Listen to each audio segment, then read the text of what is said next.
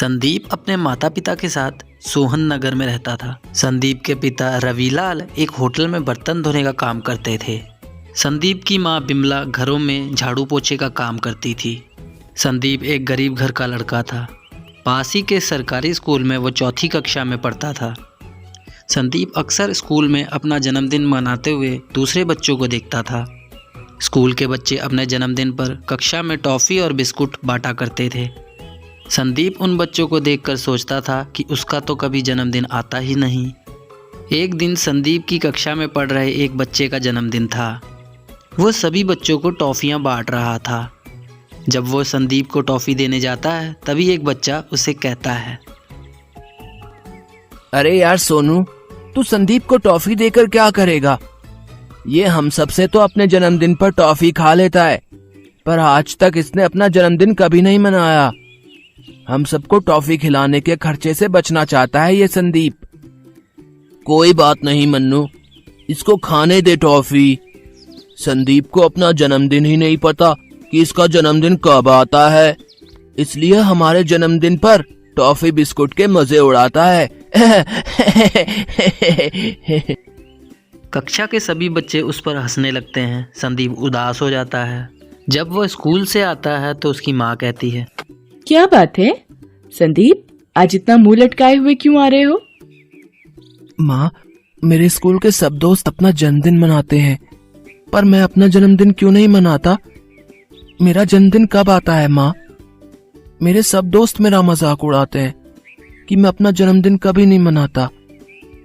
संदीप, ये जन्मदिन वगैरह पैसे वाले लोगों के घर ही मनाए जाते हैं। हम गरीब लोगों का कोई जन्मदिन नहीं होता बेटा।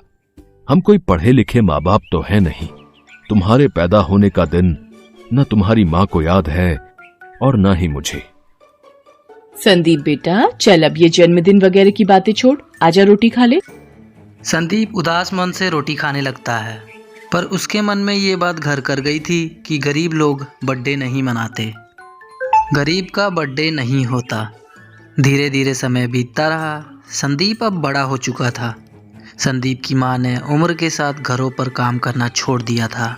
संदीप के पिता भी होटल का काम छोड़ बाजार के आसपास सब्जी का ठेला लगाने लगे। एक दिन रविलाल सब्जी का ठेला लगा रहा होता है। उसके पास उसी होटल का मालिक आता है जहां पर वो पहले काम किया करता था। अरे हरिराम, सब्जी का ठेला लगाने लगे हो? हैं? अच्छी बात है। शरीर चलता रहना चाहिए और मेहनत करने में क्या हर्ज है कि नहीं? अच्छा लाओ, 2 किलो आलू और 2 किलो टमाटर तोल दो। अभी देता हूँ साहब। बड़ी खुशी हुई आपको इतने समय के बाद देखकर। अरे हरिराम, तुम्हारा एक बेटा भी था ना संदीप? अब तो बड़ा हो गया होगा। आजकल क्या कर रहा है? कुछ नहीं मालिक, अभी 12वीं पास की है उसने, तो घर पर ही है। अब कॉलेज की पढ़ाई के लिए पैसे भी तो चाहिए, इसलिए अभी पढ़ाई रोक दी है उसने। उसे भी कहीं किसी दुकान पर कोई काम मिल जाए तो घर खर्च में आसानी हो जाएगी और पैसे कमाकर आगे की पढ़ाई भी कर लेगा। अच्छा, तो ये बात है। अच्छा, एक काम करो, मैंने बड़े बाजार में एक नई बेकरी खोली है, तो मुझे वहां पर एक लड़के की जरूरत है जो बेकरी की देखभाल भी कर सके और लोगों के घरों तक ऑर्डर भी पहुंचा सके। तुम चाहो तो कल से ही संदीप को नौकरी पर भेज सकते हो। 8,000 रुपए महीना की तनख्वाह पर रख लूंगा। क्यों, सही रहेगा ना तुम्हारे लिए भी? ये तो बहुत अच्छी बात हो जाएगी मालिक। मैं कल ही संदीप को आपकी बेकरी पर भेज देता हूँ। अगले दिन संदीप रविलाल के कहने पर बेकरी शॉप पर काम करने लग जाता है। बेकरी का मालिक नारायण अब सभी ऑर्डरों के लिए संदीप को ही भेजा करता था। नारायण के बेकरी और केक बहुत ही मशहूर थे। किसी के जन्मदिन की पार्टी हो या फिर सालगिरह, हर कोई नारायण की दुकान से ही केक ऑर्डर करता था। एक दिन नारायण संदीप को बुलाता है। संदीप, अरे ये ऑर्डर पहुंचाना है ठीक 5 बजे तक। जन्मदिन की पार्टी है तो 6 बजे तक केक काटने के लिए उन लोगों ने टाइम रखा है ना? तो हमें जो है 5 बजे तक ऑर्डर पहुंचाने के लिए कहा गया है। ये घर का पता है, ठीक समय पर डिलीवरी पहुंचा देना, ठीक है? संदीप केक का ऑर्डर देने निकल जाता है। वो जैसे ही आधे रास्ते पहुंचता है तभी उसे माँ की कॉल आ जाती है। संदीप, बेटा तेरे पिताजी को पता नहीं क्या हो गया है, सब्जी के ठेले पर थे तो बेहोश हो गए। एक आदमी उन्हें छोड़ कर गया है, अभी भी बेहोशी की हालत में है। डॉक्टर को बुलाना होगा बेटा, तू जल्दी घर आ जा। माँ की बात सुनकर संदीप घबरा जाता है। उसे केक का ऑर्डर भी समय पे पहुंचाना होता है, पर वो क्या करे उसे समझ नहीं आ रहा होता। उसे केक भी समय पे पहुंचाना होता है और उसका घर जाना भी बहुत ज़रूरी होता है। संदीप की माँ घर पर अकेली थी और पिताजी की तबीयत बिगड़ती ही जा रही थी। संदीप घर की तरफ निकल गया। संदीप डॉक्टर को अपने साथ ही लेकर जाता है। डॉक्टर ने संदीप के पिता का चेकअप किया और कुछ दवाइयाँ लिख कर दी और पिता को कुछ दिनों के लिए आराम करने को कहा। संदीप ने डॉक्टर के मुताबिक बताई हुई दवाइयाँ अपने पिताजी को दी और कुछ देर बाद जब वो होश में आए तो संदीप ने अपनी माँ से कहा, माँ, डॉक्टर ने कहा है पिताजी कमजोरी की वजह से बेहोश हो गए थे, धीरे धीरे दवाइयों से ठीक हो जाएंगे। आप पिताजी के पास बैठो, मैं थोड़ी देर में आता हूँ। मुझे एक ऑर्डर का केक पहुँचाना है, बहुत ज़रूरी। संदीप जल्दी जल्दी नारायण के दिए गए पते पर पहुँचता है। संदीप घबरा जाता है कि जिनका ऑर्डर है कहीं वो गुस्से में आकर नारायण को फ़ोन ना कर दे, कहीं नारायण उसे नौकरी से ना निकाल दे। ये सब ख्याल संदीप के मन में आ रहे थे क्योंकि नारायण के भी फ़ोन बार बार आ रहे थे। अपने पिता की तबीयत खराब होने की वजह से वो नारायण की कॉल उठा नहीं पाता। संदीप घबराया हुआ केक लेकर घर के दरबार पे पहुंचता है। जी, आपका केक का ऑर्डर था। सॉरी, थोड़ा लेट हो गया। वो मेरे। कोई बात नहीं बेटे, वैसे भी मेहमान थोड़ा लेट ही आते हैं। मेरे पोते का जन्मदिन है, आज वो 10 साल का हो गया है। रुको, मैं अपने बेटे किशोर को बुलाता हूँ। अरे किशोर बेटा, अरे ये जो केक ऑर्डर किया था, केक आ गया है। चलो मोहित बेटा, तुम्हारे जन्मदिन का केक आ गया है, जिसका तुम्हें बेसब्री से इंतजार था। वाओ, मेरा बर्थडे केक आ गया। मम्मी देखो मेरा बर्थडे केक। दादा, दादू देखो। दादी, दादू देखो। जी, नारायण जी की बेकरी से आया हूं, ये आपका केक। हैप्पी बर्थडे बेटा। थैंक यू भैया। आप भी अंदर आओ ना भैया, आज मेरा बर्थडे है तो आप भी तो गेस्ट हुए ना। हाँ हाँ प्लीज, अगर मोहित का मन है तो थोड़ी देर के लिए आ जाइए। सर मैं आपके घर की पार्टी में, सर मैं कैसे?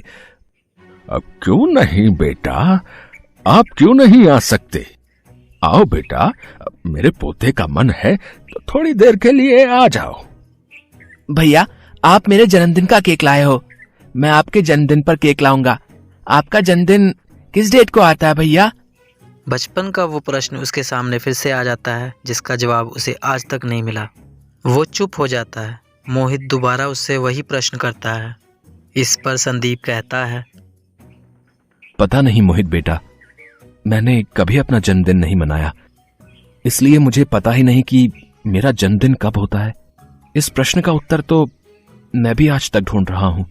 जब भी मैंने अपने माता पिता से यह पूछा कि मेरा जन्मदिन कब होता है, मेरे माता पिता ने हमेशा यही कहा कि गरीबों का जन्मदिन नहीं होता, गरीब जन्मदिन नहीं मनाते।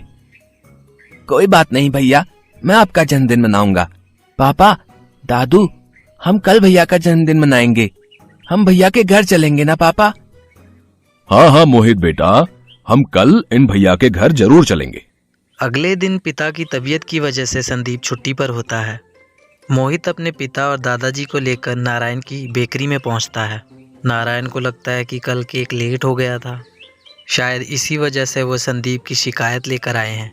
नारायण उन्हें बताता है कि संदीप के पिता की तबीयत खराब है, जिस वजह से उसे आपके घर आने में देर हो गई थी। जब वो उनके घर ऑर्डर देने जा ही रहा था, तभी उसकी माँ का फ़ोन आ जाता है कि उसके पिताजी की तबीयत बहुत ख़राब है। इसी वजह से उसे केक देने में देरी हो गई। मोहित के पिता और दादू नारायण को बताते हैं कि पार्टी शुरू होने से पहले ही संदीप केक लेकर आ गया था। उसने अपनी ड्यूटी पूरी जिम्मेदारी से निभाई है। वो नारायण से संदीप के घर का पता पूछते हैं और एक बड़ा सा केक भी लेकर जाते हैं। वो संदीप के घर पहुंचते हैं। संदीप मोहित के पापा और दादू को देखकर हैरान रह जाता है। वो अपने माता पिता से उन्हें मिलवाता है। संदीप भैया, हैप्पी बर्थडे। ये लो आपका बर्थडे केक। कल आप मेरे बर्थडे पर आए थे, आज मैं आपके बर्थडे पर आया हूँ।